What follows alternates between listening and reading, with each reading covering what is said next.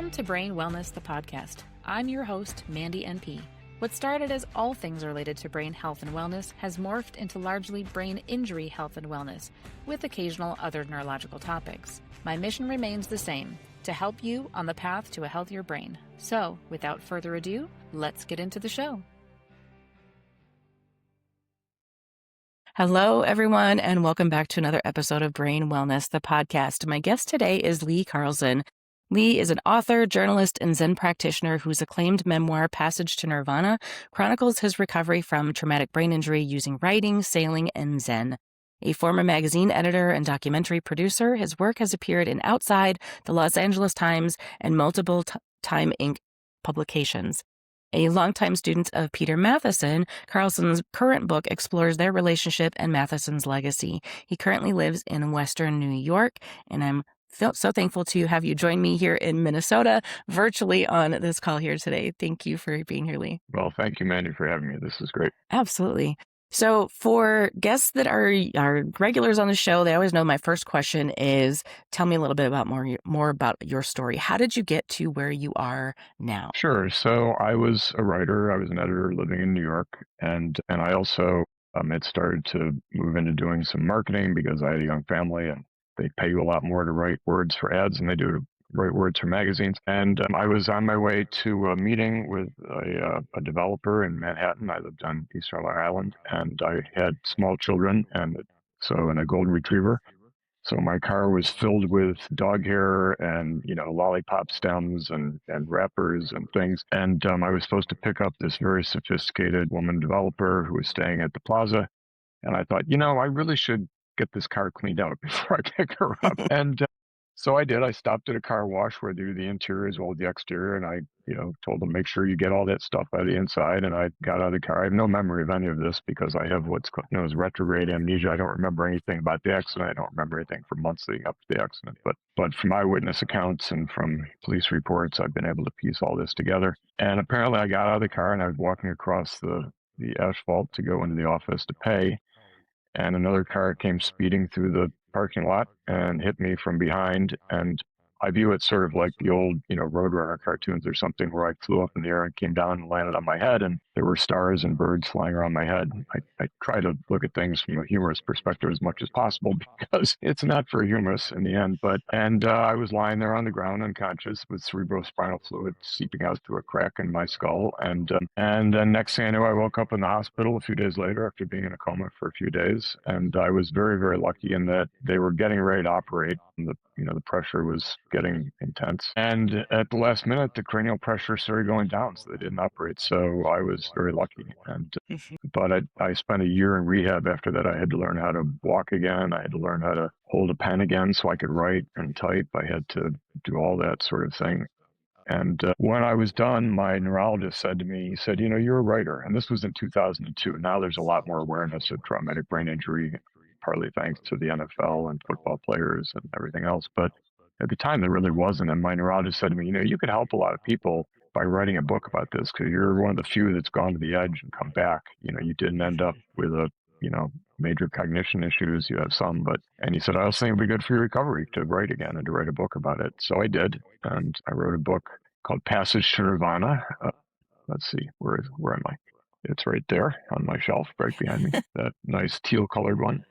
Anyway, about my experiences. And that has started me on a lifelong journey since then to be an advocate for TBI, brain injury survivors, but also other kinds of brain injuries like stroke and that sort of thing, and to help people as much as I can. And so that's what I'm doing here today on your podcast. So hopefully I can help people by telling my story. Yeah. I always love getting the backstory because it just makes so much more sense when you figure out where somebody has gone after that.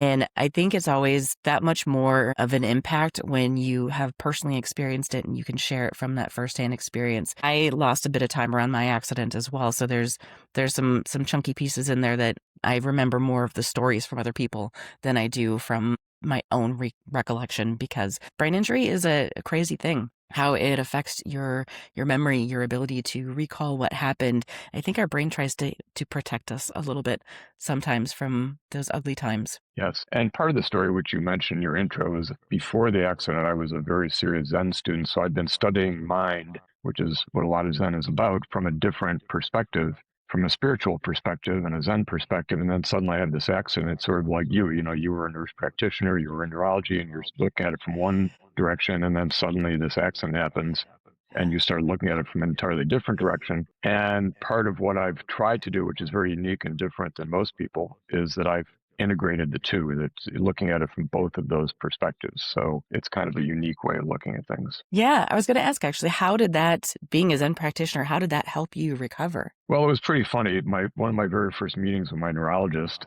the accident happened in New York, as I said, but they shipped me off to Florida for rehab because I had family there who could take care of me. And so I had this neurologist, this young guy, and I went into him. And I remember this conversation. I don't remember a lot, but I remember this pretty well. I sort of sheepishly raised my hand and said, "Excuse me, I have this thing that I do, which is supposed to be all about stopping thinking and stopping, that. And I understand from you is I need to learn how to start thinking again. And I'm worried that what I do might, inhibit my recovery." And he looked at me, he sort of laughed, and he said, "No," he said, "this, research shows that could be really good for your recovery and meditation." And so that enabled me to feel okay with continuing with my meditation practice. And it gave me that the whole idea of mindfulness has become a really big buzzword in the last few years, but it's as old as the hills, and Zen is all about mindfulness, and that being mindful and being aware of my recovery and being aware of what was going on in my brain in ways that most people or many people would not be able to be aware of was, I think, very helpful in my healing process. Mm-hmm. Mm-hmm. What were some of the other major tools or resources that helped you along your journey? Well, having good doctors was really great. I was very lucky. Not everybody gets that. I was lucky that I had good health insurance. I had good lawyers. I had a good family that advocated for me. And I ended up in a place where I had a real team. I had a neurologist, a neuropsychologist, a psychologist, physical therapist, cognitive therapist. What else? I couldn't walk, so I had to have a vestibular therapist. And I went to therapy 5 days a week, almost all day long, sort of going from one doctor's office or one therapy session to another. And I think that very much helped. It also helped to have good family support. Mm-hmm. Friends and family was very important. And my main neurologist after the accident up in Long Island, I just remember, he didn't operate on me, but he just was this calming presence. He just was, he let me know that I was going to be okay in ways that are tough, to describe, and makes me even a little, emotional thinking about it. And then my Zen practice, I had my teachers and I had my Zen. Yeah, I was lucky in Florida. I hooked up with a new teacher and a new group, and that was also very helpful. And especially there's a lot of anxiety after a traumatic brain injury. In my case, the tests all showed that I had very slow mental processing speed. And when that happens, the world comes at you really fast and it makes you feel really anxious. And meditation helps calm you, and having good teachers helps calm you. And so all those things together really worked as a whole. Yeah, yeah. Were there any lessons that you learned in that process that are big key things that you share now? A number of things. I think one is patience. It doesn't happen overnight, the recovery. It takes time. Two is trusting your doctors and getting involved in your own recovery, reading up as much as you can. It was a little unique in my situation. My mother had a very serious traumatic brain injury about 8 months before mine. And so I had already started reading a lot about traumatic brain injury and neurology and trying to help her and understand. And she was seriously injured. She had to have part of her brain removed. She never recovered. She never really could walk again or talk again. But, I helped care for her. I was helping to care for her when I had my own injury. So I think knowledge is power. I think learning as much as you can and having people around you learn as much as you can. I was just in the hospital last week with somebody that had a brain tumor removed, and he seemed okay, but he was exhibiting I knew him before this happened, so he was definitely exhibiting some personality changes that were difficult for his family, and some anger and some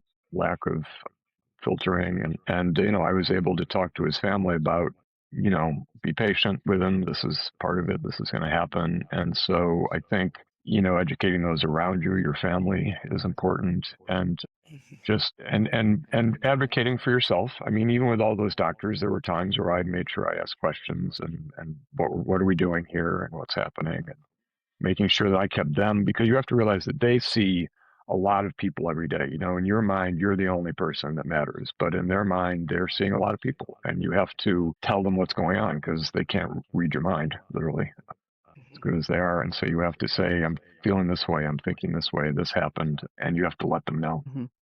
And that's kind of remarkable, all the things that you did with it being 2002. That was a long time ago, and we didn't know as much about concussion.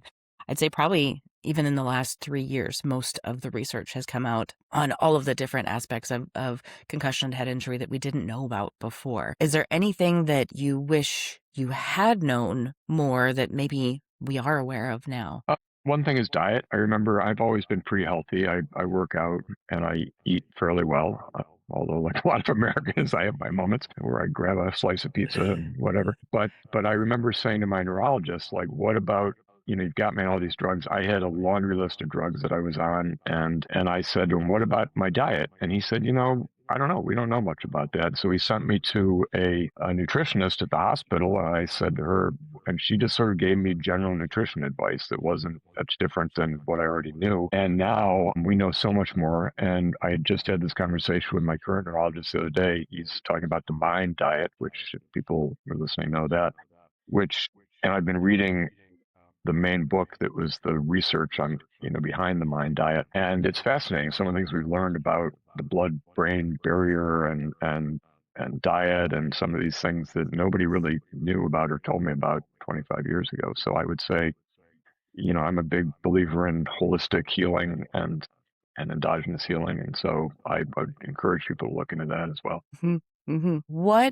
So you mentioned your doctor kind of encouraged you to write your book. What kind of things did you include in that? How did you know where to start? Well, everybody who's a writer writes differently. I'd never written a book before. I'd been a writer or journalist in New York, and the longest I'd ever written was a 3,000-word long-form magazine article. And so, writing an 80,000-word book is a lot different. And I was still having problems with cognition and memory, so it wasn't easy. And, some people, when they write, they know what they're going to say and they outline it all and they just follow the outline. I had no idea. I just sort of started in, and it did have to do some research. Like I said, I had to go back and find out more about the accident itself and talk to people in my early days of recovery that I didn't remember much. And a lot of people said, oh, it must have been so cathartic. And I'm like, no, it wasn't. It was terrible because I had to go back and relive all these awful things. But, it may have been cathartic in the end. It may have been therapeutic and healing in the end, and especially being able to write the latter parts of the book about healing and my recovery and that sort of thing. I did write it in a way that I was hoping would mimic what it feels like to have a traumatic brain injury. Instead of every chapter being a normal length or longer and every sentence and paragraph being kind of longer and normal, I made it so it was very short and choppy, so that you got the feeling of what it's like to be thinking as the way a traumatic brain injury patient thinks, which is just kind of things are jumping all over the place and you're having trouble keeping thoughts and that sort of thing. So I did that, and it just kind of evolved. It took me a few years, more than a few years. I think it took like 7 years to write the book. That's impressive. Yeah, I wrote a book about my first year of recovery, and it was a little bit cathartic because I had to go back and rehash things because I didn't remember what happened in that first year.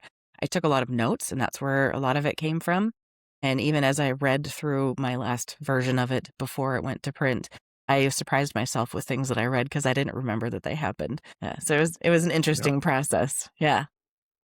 It was. And being a journalist, I used to use when they had microcassettes, I used to use a little microcassette handheld recorder. Now you can do that on your phone, of course. But so I was in that habit. Every time I wrote a story, I would, use my microcassette recorder to make notes because it's quicker and easier than writing things down. So I had a lot of tapes so I did the same thing in my recovery. I'd come out of a doctor's office or out of a therapist's office, and I'd make notes. And when I did, I wasn't doing it thinking I'm going to write a book. I more did it so I could, because my memory was so faulty. I was like, well, okay, this is how I'm going to remember this. My neurologist jokingly called it my surrogate memory. And but fortunately, I had all that, so I was able to go back and use that. Yeah, that's a cool way to do it. So you can kind of refresh yourself a little bit and jot down notes even when you are out and about and thinking of something. Because when you have a brain injury, as you probably know, if you're thinking about something, you have to write it down right away before you forget it. Yeah. How long do you think it was before you were back to your normal self? I don't think I've ever gone back to my normal self before the accident, which is a good thing. I'm much wiser. I'm hopefully a little smarter. I see the world in different ways. But they say that most of the healing happens in the first year. I think that's probably true. So the actual, it was like a year to the day when they released me from all my therapies, and I couldn't wait to get back to New York to see my kids and my friends and that sort of thing. So it was the first year was really the most important, but I was under a neurologist care, and I still am in a neurologist care, but I was more intensively on neurologist care for the, few years after that, and still seeing some therapists. And the world, it's hard to explain to people. This is why they call it the invisible, what's the word I'm searching for? See, there goes my word recall, my memory, which is still not great. Visible disability. Invisible disability, thank you. And so people will think you're fine and normal. I got hired by a friend of mine who owned a marketing company. A couple of years after the accident, he hired me to work for him, to go back to work. I thought I was ready. And it quickly became apparent to both of us that I wasn't ready. He literally had to fire me. He was a friend, but he had to say, Lee, you're just not. And I could do the work. I just couldn't do it in a timely fashion. I couldn't do it in a way that would make money, So, and I don't fault him for that. We're still very good friends. He was absolutely right. So, but the people outside couldn't see that. I looked fine. I acted fine. Everybody thought I was fine. But inside, there's still things going on that you're still healing from and having issues with. It's just part of the process. Mm-hmm.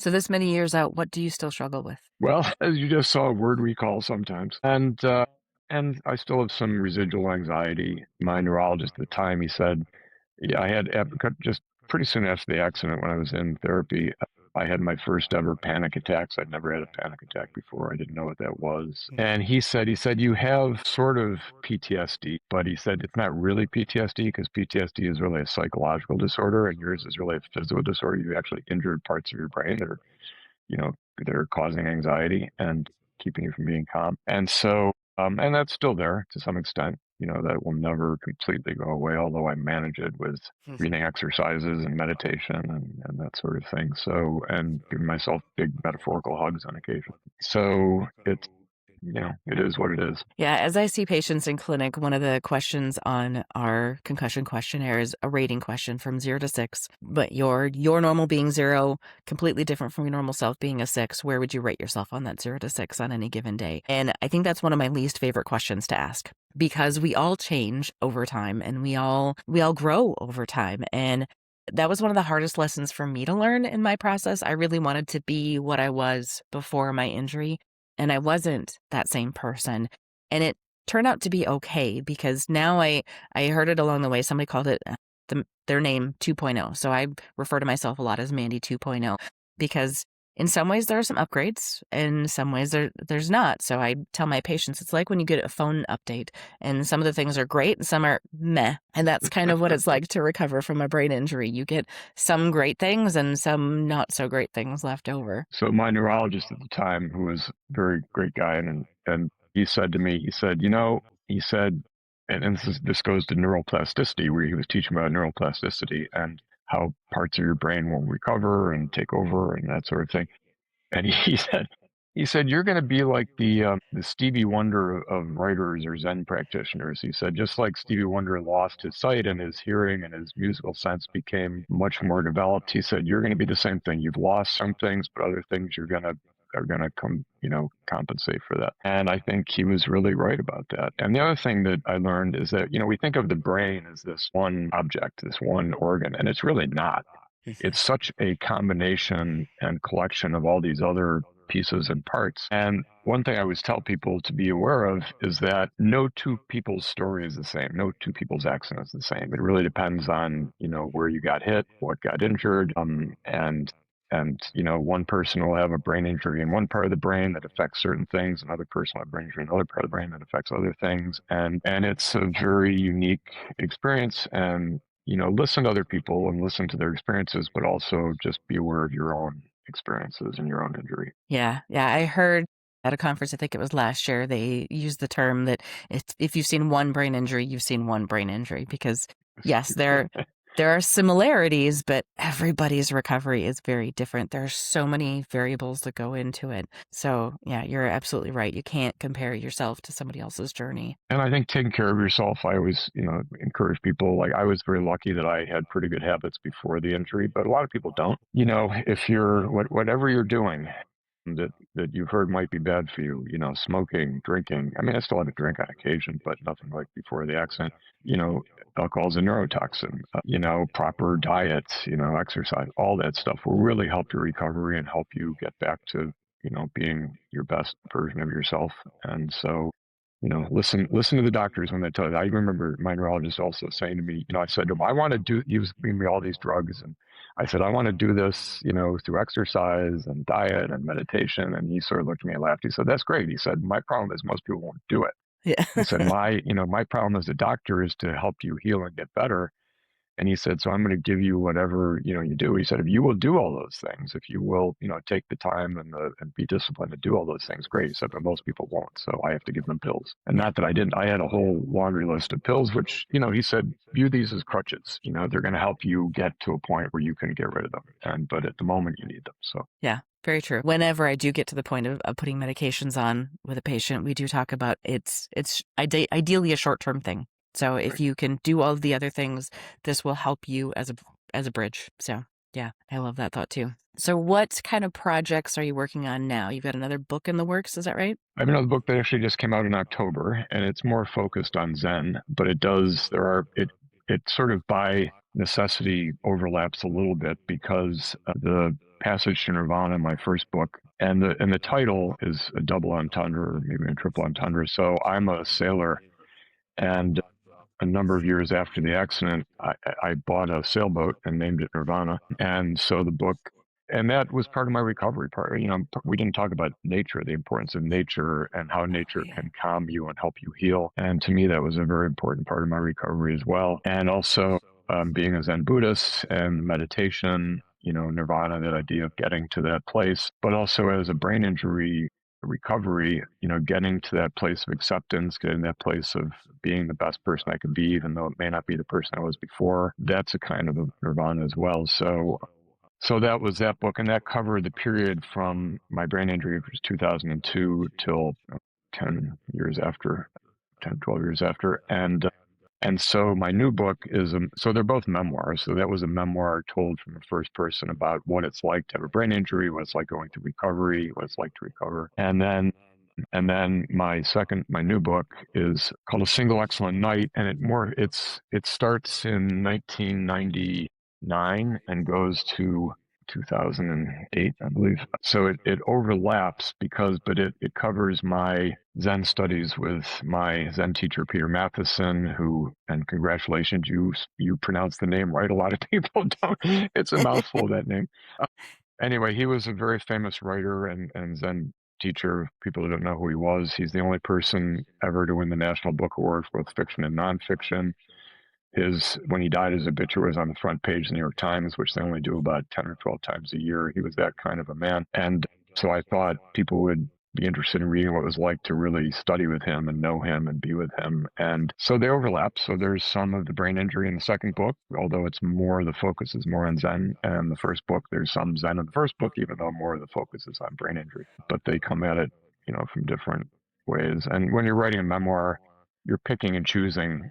You can't write about everything that happened in 10 years or even 4 years. So you pick and choose. So when you're writing, you pick, the second book, I picked out more of the Zen moments and the Zen teaching. And the first book, I picked out more of the brain injury, but it's all intertwined. So, and I do have several new books I'm working on besides that. I have a new book I'm working on, which I'm actually really excited about humanism and humanness, really, because mindfulness is all the rage, happiness is all the rage. Well, what comes after that? I mean, those are important things, but if you take the next step, you come to humanness, and that's a very Zen thing, and it's something I learned about myself as a human being from a brain injury perspective as well. And I was just fascinated that this morning, apparently, the new Pope just released his first encyclical and about humanism and humanness, and about the importance of maintaining our humanity in the face of AI and technology and bots and all that sort of thing. So I'm kind of excited that the Pope and I are thinking along similar lines. Never met Yeah, him. I'm that's not kind of cool. Catholic. I don't know, but it's kind of cool that that's in the ether. So I'm excited about that for my next book. So That is very cool. Yeah. So I mentioned I just got back from Switzerland and they had this whole line of posters. You mentioned that humanism part of it. And in all of the posters, there were several of them that were talking about the comparison to AI versus actual intelligence and just that human nature part of us. It was several of the posters. I wish I would have taken more pictures of all of them because they were so profound.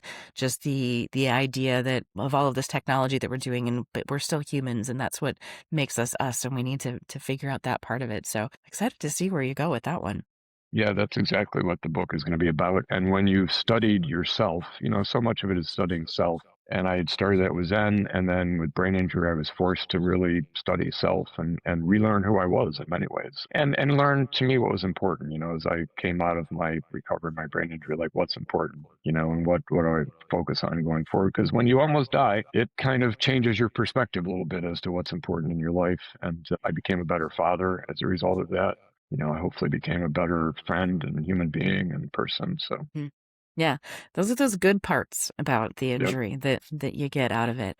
And kind of going back to what I was saying before, that 0 to 6 scale, I don't think a lot of us actually get back to that 0 because we do gain new things, new perspectives, new skills that in some ways do make us better people. I remember that scale was so funny. I remember being asked that question many times because it's Yeah. how you go through your recovery, right? And it is good to look at us from a holistic perspective. I mean, there's something said about your whole, but at the same time, it's sort of like when people ask me how old I am, I was like, well, what do you mean? How old am I spiritually? How old am Yeah. I like emotionally? How old am I mentally? Like, emotionally, I might still be 36. I don't know. And obviously, you can tell I'm not 36 anymore. Spiritually, I'm thousands of years old. I said, oh, you're asking about on my license? That? Yeah. Okay, that's like the least important part of my age. And I think I always thought that the 0 to 6 question, they should kind of divvy it up sometimes too. Like, say, okay, on a 0 to 6, how's your memory? On a 0 to 6, how's your depression or your Mhm. happiness or what? I think that would also be kind of instructive and helpful from a clinical standpoint and from a healing standpoint, from a patient standpoint. So, Yeah, I think there's so many other things that I would rather ask people about than that 0 to 6. And to be honest, sometimes I skip in like, you know what, never mind, because you're not the same person you were before, and I think that's pretty obvious now. So so this is different, but it's along the same line of questions they ask you along your recovery in the hospital. Since you're a neurological nurse practitioner, you might get a kick out of this. So when I had my accident, and they're asking you like, what date were you born? Where does your wife work? And they had these standard list of questions. And one of the questions is, who's the president? And I immediately said Bush, and they thought I was fine. Well, the only time in our country's history, right, I was thinking the first George Bush. it's And I had my accident during the second George Bush. And it wasn't until they asked me, like, where my wife worked, and I told them where she'd worked 10 years before and some other questions like that, that they realized that I was living 10 years earlier, that I was not living in the present moment. And after I looked at them, I said, you guys are really smart people. You're neurologists. Can't you come up with a smarter, better question than who's the right. president where I could like fool you on that? So anyway, pretty funny. Yeah, yeah. I actually had one of the doctors I worked with one time would take it a step further and ask who the vice president was. No, one time went even so far to say is who's the Secretary of State or something. I'm like, oh my gosh, I don't even know that on a regular basis. So Yeah, yeah. I fool them sometimes. I just had a recent, full scale neurological reevaluation, and one of them is the word recognition test and what words mean and all that sort of stuff. And being a writer and an editor and having a much larger vocabulary than most people, I got them all right. I even got a few right that they said nobody ever gets right. And I said, well, that's because of who I am. It's not necessarily, like look at some of the other tests where I'm still having issues. Like it's just, Right. so whatever. Yeah. The neuropsychological test is probably one of my least favorite to determine disability levels, because if you are a high functioning person, you have a very high IQ, you have a high vocabulary, you're going to score better on that test than somebody who doesn't have that same at baseline. Right. So it doesn't really catch everyone when we look at that level of disability. Yeah, it's interesting. So yeah. Uh, where can people find you if they want to learn about your books or your teachings, whatever you're doing? Sure. So both books are on Amazon. They both have mostly 5-star reviews and lots of good reviews. And they're available in hardcover, paperback, ebook. I actually am writing. I never did an audiobook of the first book, and my production people are pushing me to do an audiobook of the second book. So I think I'm going to do an audiobook of the first book as well, read by the author. But the best way to find all this is to go to my website, which is leecarlson.life, not leecarlson.com, not leecarlson.net or edu, but leecarlson.life, because that's what this is all about. And when you go there, sort of by necessity, because it's the newest book, the main focus is on the new book, but there are links to the other book, and there are links to my Facebook, all my social media, Facebook, X, Instagram. I have to start doing more with YouTube. I'm going to start doing more with that pretty soon. And the nice thing is that if you are not a fan of Amazon for whatever reason, if you think of them as the evil empire, when you click on buy the book on my website, it takes you to it where you can choose all sorts of other vendors, Barnes and Noble, Kobo, Apple Books, all sorts of Canadian booksellers. So that's a nice thing. And also, you can sign up for my email mailing list there. I've got a mailing list right now of about 10,000 people, and I also need to start sending up more emails more regularly. But I've been working on books, so.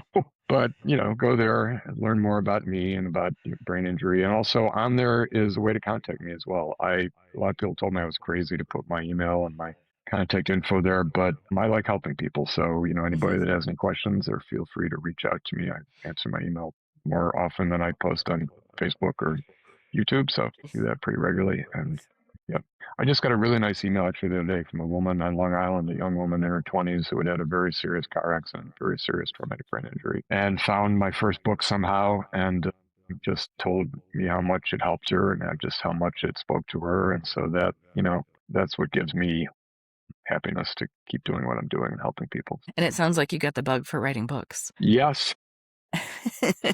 They call it the midnight disease. Some people, there's a great book about it, the midnight disease. You just can't stop writing. Even at midnight, you're writing away. So it's just it's a good addiction to have. Very true. Very true. Well, I think there's so many other things that we could have talked about today. But for the sake of time, are there any last things that you really wanted to kind of express to people? Any last words of wisdom you want to share before we wrap up? Yeah, be good to yourself. Have compassion for yourself. Whatever has happened to you, recovery doesn't come all at once. It may not come totally, and that's okay. And also, if you're a caregiver, family person, if you're in medicine listening to this, have compassion for people that have these sort of injuries. And again, have compassion for yourself. It's not easy being a caregiver. It's not easy being a family member where you're confronted with somebody that's exhibiting personality changes, which can sometimes happen with brain injuries. And when I say brain injuries, I mean the gamut. I had a TBI, but there are concussions, there are TBIs, there are really serious brain injuries, there's stroke, there's my friend who just had the tumor removed from his brain. So anything having to do with the brain, just wherever you are, whoever you are, just compassion and patience is just, take deep breaths and don't let stuff get to you. And meditation. We didn't talk about that much, but we didn't talk about the Zen of things, but I really believe that meditation and mindfulness is a huge help for everybody. Yeah, absolutely. Absolutely. Thank you so much for being here today, Lee. Again, we could have covered so much more, I think, but this is a great way to end the show. Thank you so much. Well, thank you, Mandy. And summer is coming in both Minneapolis and Buffalo. So there you go. It is. Yay. Sunny days finally. are here again. About dang time. Yeah. Right. All right. Thank you, Lee. All right, Mandy. Nice to meet you. Thanks for tuning in to this episode of Brain Wellness, the podcast. If you enjoyed this episode, I encourage you to subscribe, leave a comment, and share it so that others can benefit. Please also consider supporting the show by buying me a coffee. The link is in the show notes. You can also go to www.brainwellnesssolutions.com to catch the latest info and get links on all of the social medias there. See you next time.